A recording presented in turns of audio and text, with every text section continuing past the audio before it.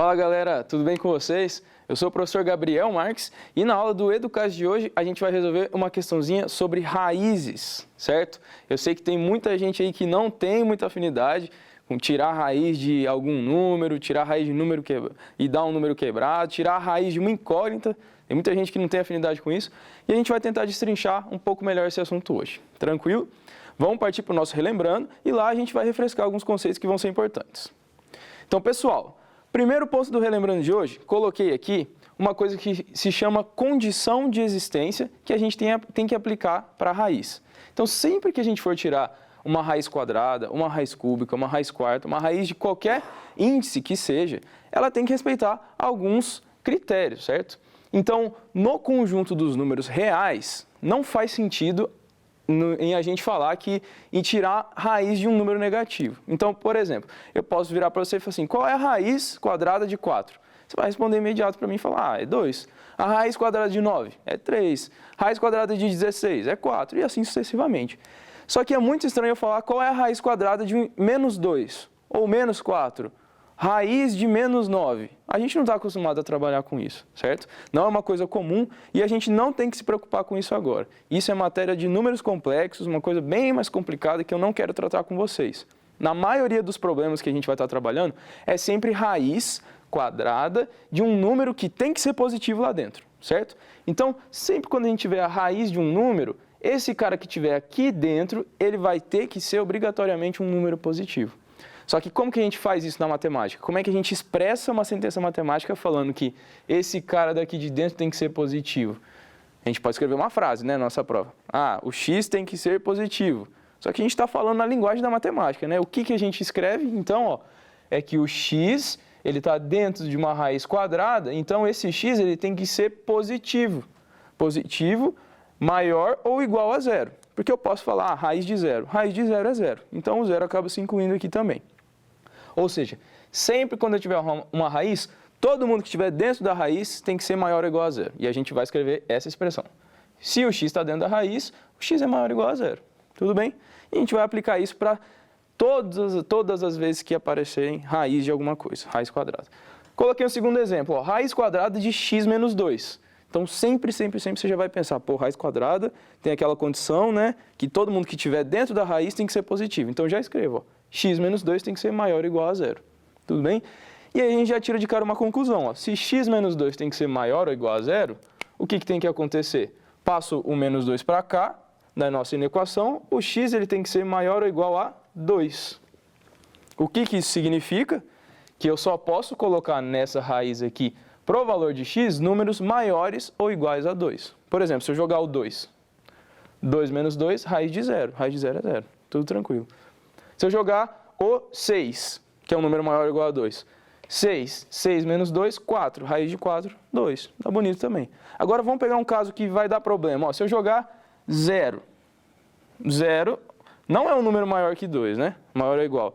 Tem que dar problema, não tem? Então, ó, jogando 0 aqui, ó, 0 menos 2 vai ficar raiz de menos 2. E não pode mesmo, né? Tem que dar problema. A nossa condição de existência tem que ser respeitada. Então, o meu conselho para você é, sempre que aparecer uma raiz que vai ter incógnita aqui dentro, ó, você de imediato, antes de fazer qualquer coisa, vai parar e escrever no seu cantinho a condição. X maior ou igual a 0 nesse caso, ou x maior ou igual a 2 nesse caso. Tudo bem? Combinados? Isso a gente sempre vai fazer para evitar problemas no final. O segundo ponto que eu queria abordar com vocês no Relembrando é a resolução por Bhaskara para encontrar as raízes de uma equação de segundo grau. É um problema bem famoso, né? A gente já falou várias vezes aqui para vocês. Então, ó, esse aqui é o formato da nossa equação de segundo grau clássico, que a gente sempre trabalha, né? O coeficiente que multiplica o x² é o a, o que multiplica o x é o b, e o termo independente a gente chama de c. Então, esse formato, ax² mais bx mais c igual a 0, é uma equação de segundo grau. E se eu quiser encontrar as raízes dessa equação, o que são as raízes da equação de segundo grau? Os valores de x que quando eu coloco aqui e faço a conta, essa expressão realmente dá 0. É isso que significa a raiz. Ou no gráfico, é aquele ponto em que o nosso eixo x vai estar tocando o gráfico. O gráfico corta o eixo x nesses pontos, a gente chama de raiz. São valores muito relevantes para a gente. Tudo bem? E a metodologia que a gente faz por Bhaskara é o seguinte, a gente pega e calcula o delta da nossa equação, não vou despender muito tempo explicando isso daqui, é mais para a gente relembrar mesmo a fórmula, e para encontrar os valores das raízes, a gente faz essa continha, ó, x vai ser menos b, mais ou menos a raiz desse delta aqui, ó, que é b² menos 4ac, dividido por 2a, tudo bem? Então, em aplicações, fica um pouco mais fácil de entender o que acontece, mas em termos de coeficiente, essa daqui é a formulinha. Muito importante para a gente resolver problemas de equação de segundo grau quando eles forem aparecer, porque muitas vezes aparecem no meio do problema. Em problemas que a gente talvez nem espera que vai ser um problema de segundo grau, a gente vai ter que fazer o cálculo das raízes dessa equação de segundo grau. Tudo bem? Então, pessoal, vamos para a questão de hoje.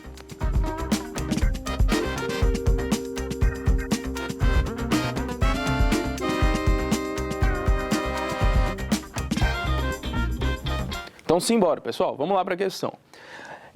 Essa danadinha aqui, como o nosso amigo Gustavo sempre fala, né, a danada da questão, ela fala o seguinte para a gente, ó. Encontre a soma dos possíveis valores de x da seguinte expressão que ele colocou para a gente. Qual a expressão aqui, ó? Raiz de 1 mais x é igual a raiz da raiz de x mais 3. Então, raiz, muito chato, né? Muito complicado. Visualmente, assim, não é uma coisa agradável, ainda mais para quem não tem afinidade com matemática. Mas, como eu sempre falo, a nossa missão é não se desesperar. A gente tem artifício matemático na nossa mão para aplicar alguma coisa aqui e tornar a sentença matemática um pouco mais agradável, certo? Então, vamos pensar comigo, ó. O cara fala, encontre a soma dos possíveis valores de x, que vão cumprir essa sentença matemática. Então, para eu encontrar a soma dos valores, eu tenho que primeiro encontrar quais são esses valores. Vocês concordam, né? Acho que isso é lógico. Então, como que eu vou encontrar os valores de x que cumprem essa sentença aqui, essa frase, essa igualdade? Vocês têm alguma ideia? Difícil, né?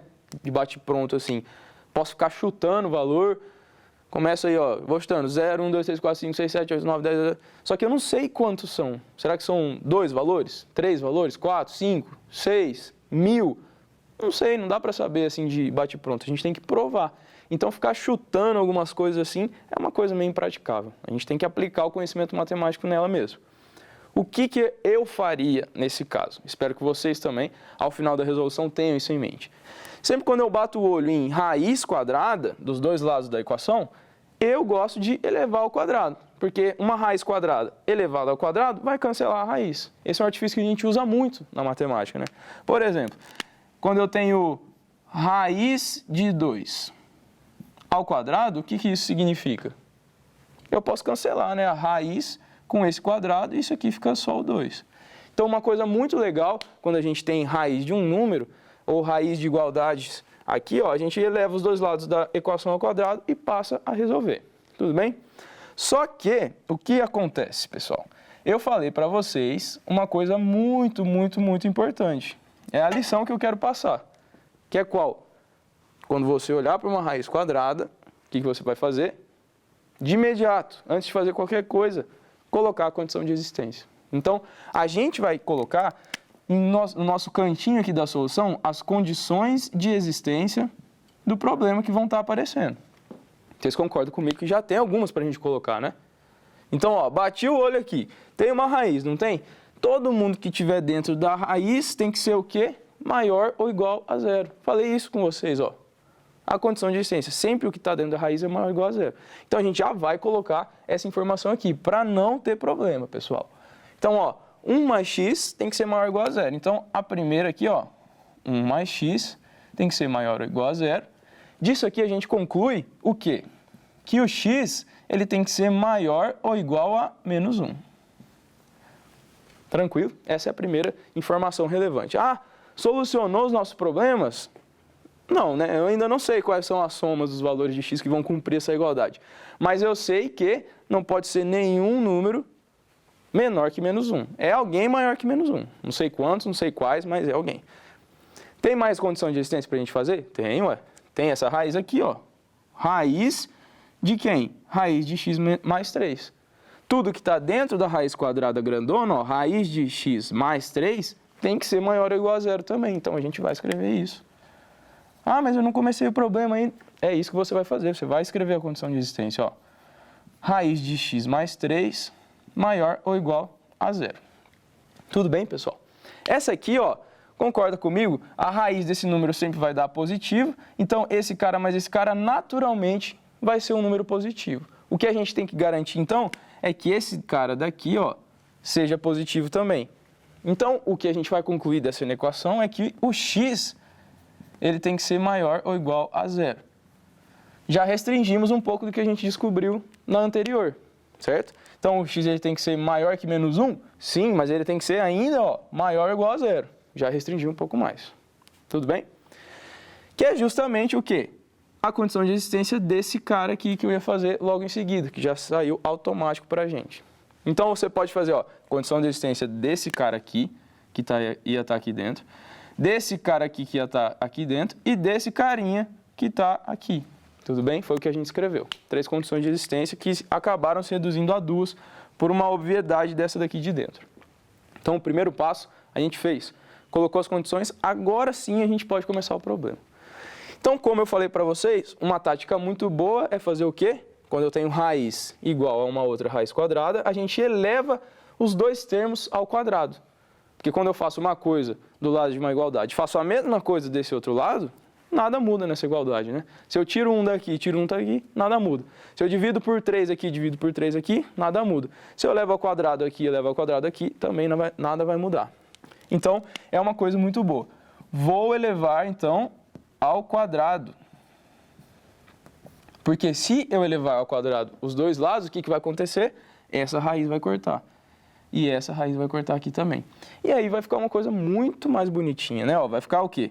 Isso aqui vai continuar a ser igual a 1 mais x. E esse 1 mais x, ele vai ser igual a raiz de x mais 3. Tudo bem? Raiz de x mais 3. Tá um pouco melhor, né? Tá bem melhor, eu acho. E agora a gente consegue manipular um pouco mais a matemática. O que eu vou fazer? Vou passar esse 3 para cá. Vai ficar, ó, x menos 2 igual a raiz de x. Legal. Agora a gente parou em outro problema. Qual é o problema? Que problema é esse, pessoal? X menos 2 igual a raiz de x. Consigo já resolver essa equação? Achar quais são os valores? Também não, né?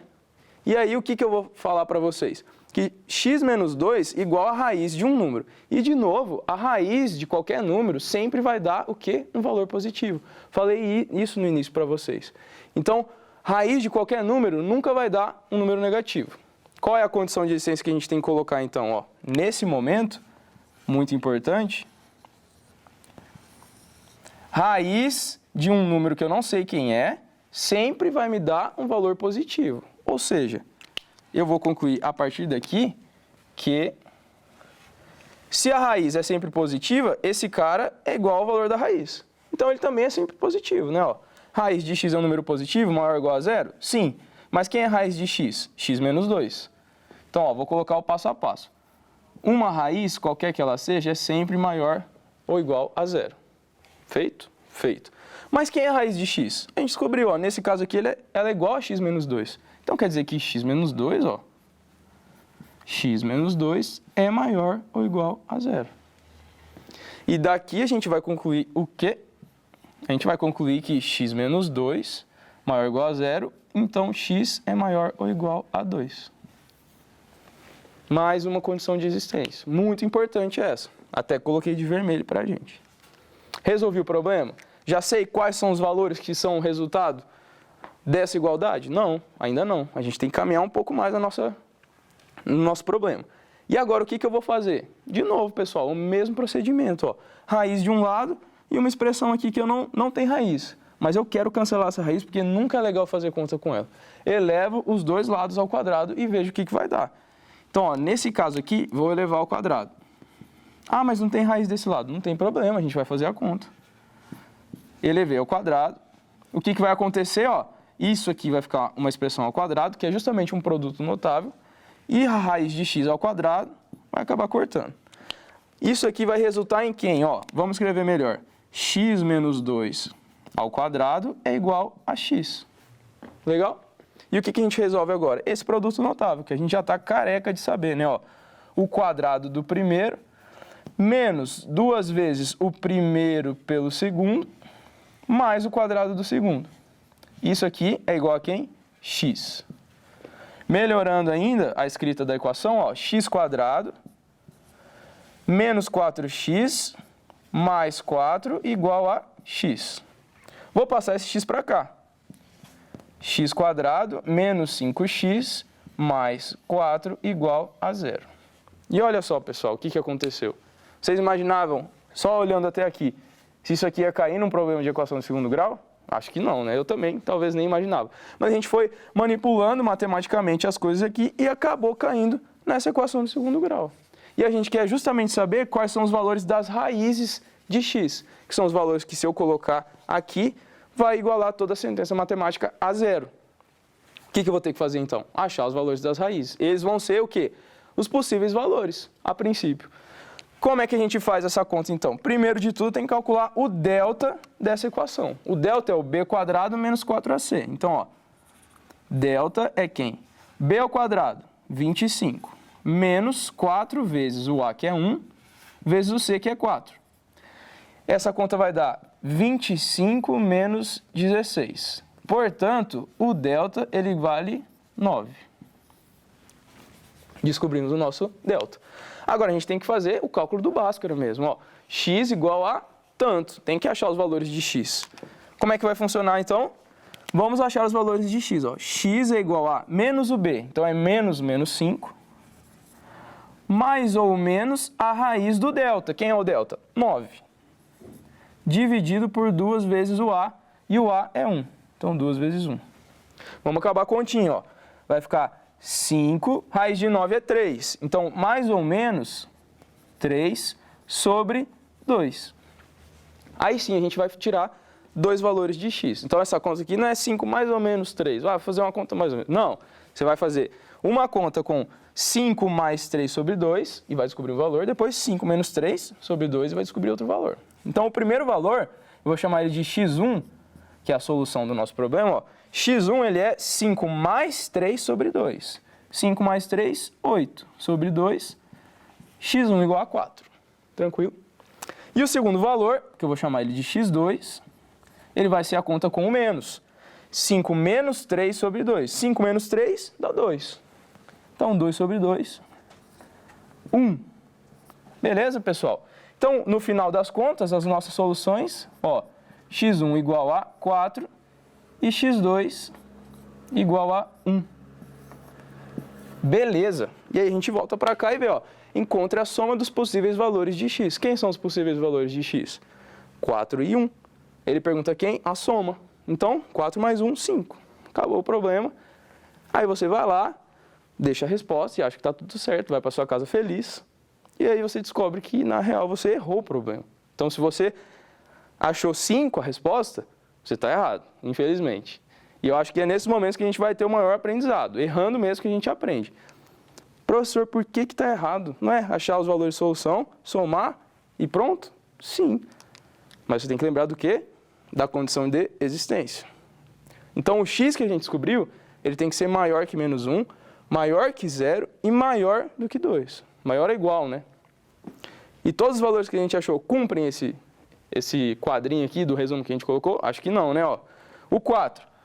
4 é maior que menos 1? Sim. 4 é maior ou igual a 0? Sim. 4 é maior ou igual a 2? Sim. Ah, então beleza. Esse cara aqui, com certeza, é uma solução pra gente. E o 1? 1 é maior ou igual a 1? Sim.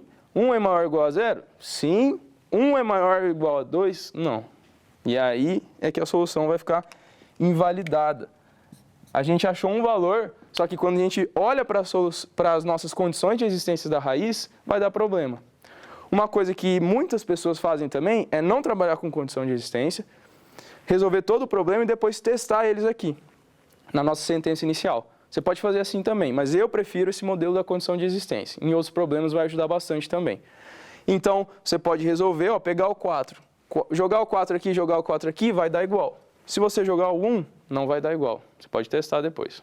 Beleza, pessoal? Então, o aprendizado que eu quero que fique aqui é o quê? Fazer condições de existência das raízes. E o segundo é que toda raiz quadrada vai resultar em um número positivo. Tudo bem? A gente usou aqui, ó, toda raiz quadrada resulta em um número positivo. E as condições de existência que são muito importantes. Tudo bem, pessoal? Espero que tenha agregado muito valor para vocês essa resolução. Não se esqueçam de fazer a condição de existência das raízes e espero que tenham enraizado também melhor um pouquinho da fórmula de Bhaskara para equações de segundo grau. Tudo bem, pessoal? Então, até a próxima e um forte abraço a todos!